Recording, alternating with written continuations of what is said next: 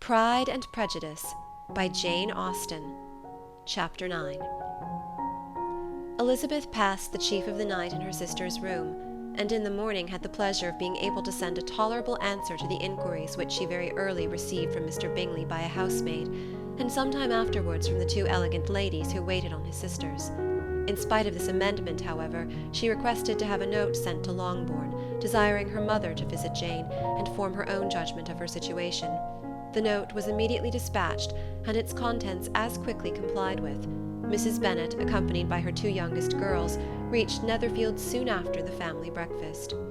Had she found Jane in any apparent danger, Mrs. Bennet would have been very miserable, but being satisfied on seeing her that her illness was not alarming, she had no wish of her recovering immediately, as her restoration to health would probably remove her from Netherfield. She would not listen, therefore, to her daughter's proposal of being carried home. Neither did the apothecary, who arrived about the same time, think it at all advisable.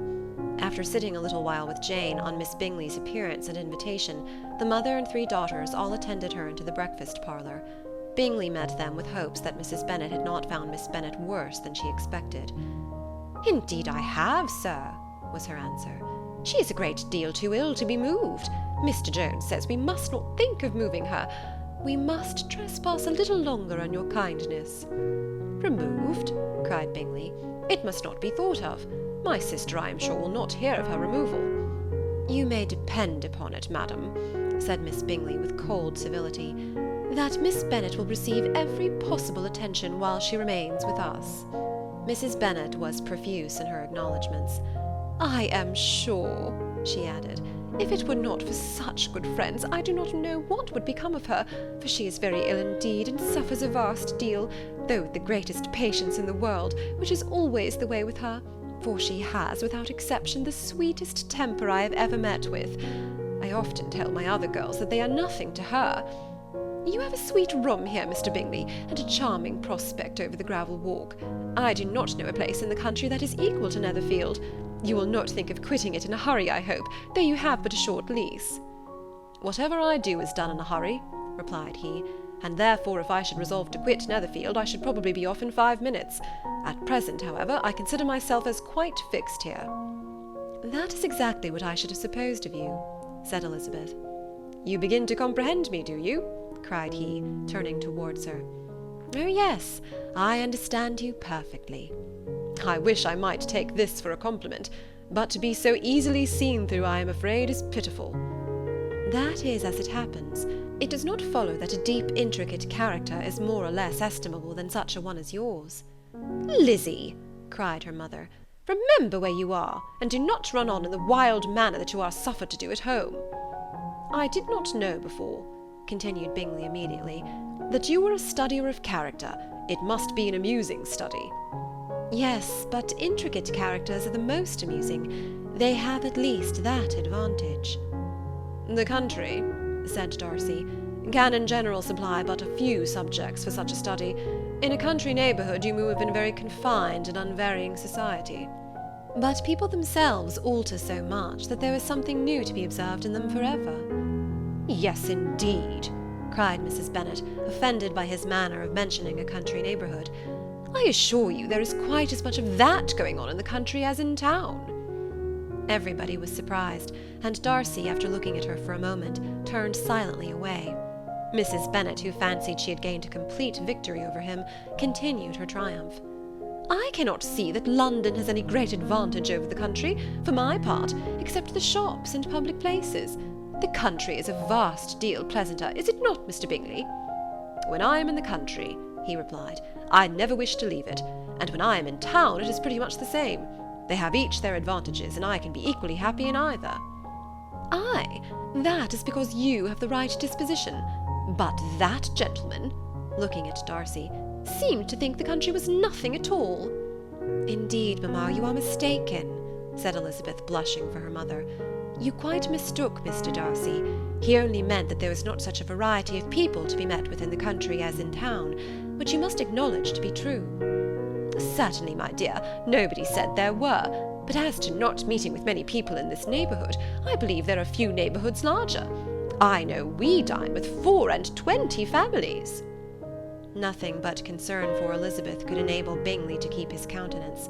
His sister was less delicate, and directed her eyes towards Mr. Darcy with a very expressive smile.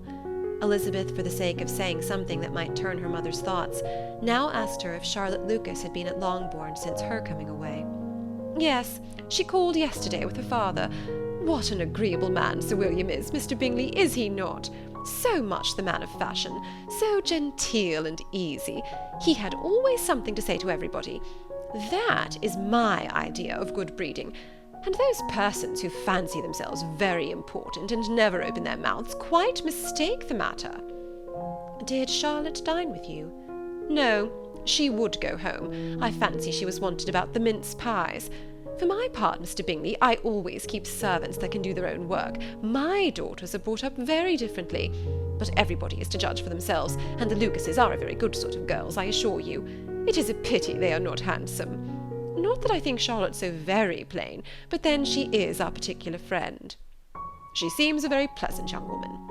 Oh dear, yes, but you must own she is very plain.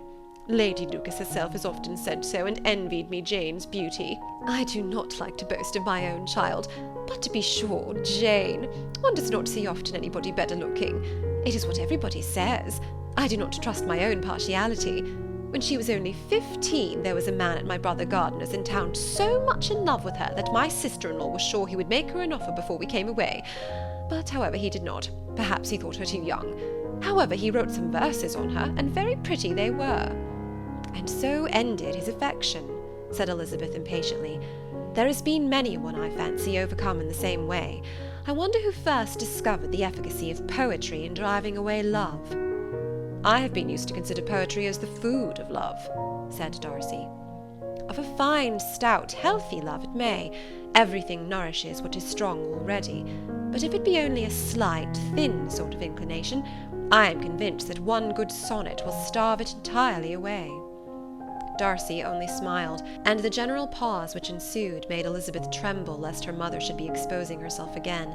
She longed to speak, but could think of nothing to say, and after a short silence Mrs. Bennet began repeating her thanks to Mr. Bingley for his kindness to Jane, with an apology for troubling him also with Lizzie. Mr. Bingley was unaffectedly civil in his answer, and forced his younger sister to be civil also, and say what the occasion required. She performed her part indeed without much graciousness, but Mrs. Bennet was satisfied, and soon afterwards ordered her carriage. Upon this signal, the youngest of her daughters put herself forward. The two girls had been whispering to each other during the whole visit, and the result of it was that the youngest should tax Mr. Bingley with having promised on his first coming into the county to give a ball at Netherfield. Lydia was a stout, well-grown girl of 15, with a fine complexion and good-humoured countenance, a favourite with her mother, whose affection had brought her into public at an early age. She had high animal spirits, and a sort of natural self-consequence, which the attention of the officers, to whom her uncle's good dinners and her own easy manners recommended her, had increased into assurance. She was very equal, therefore, to address Mr. Bingley on the subject of the ball, and abruptly reminded him of his promise, adding that it would be the most shameful thing in the world if he did not keep it. His answer to this sudden attack was delightful to their mother's ear. "I am perfectly ready, I assure you, to keep my engagement, and when your sister is recovered, you shall, if you please, name the very day of the ball. But you would not wish to be dancing when she is ill." Lydia declared herself satisfied. "Oh yes, it would be much better to wait till Jane was well, and by that time most likely Captain Carter would be at Meryton again. And when you have given your ball," she added, "I shall insist on their giving one also. I shall tell Colonel Forster it will be quite a shame if he does not." Mrs. Bennet and her daughters then departed, and Elizabeth returned instantly to Jane, leaving her own and her relations' behaviour to the remarks of the two ladies and Mr. Darcy, the latter of whom, however, could not be prevailed on to join in their censure of her, in spite of all Miss Bingley's witticisms on fine eyes. End of chapter 9.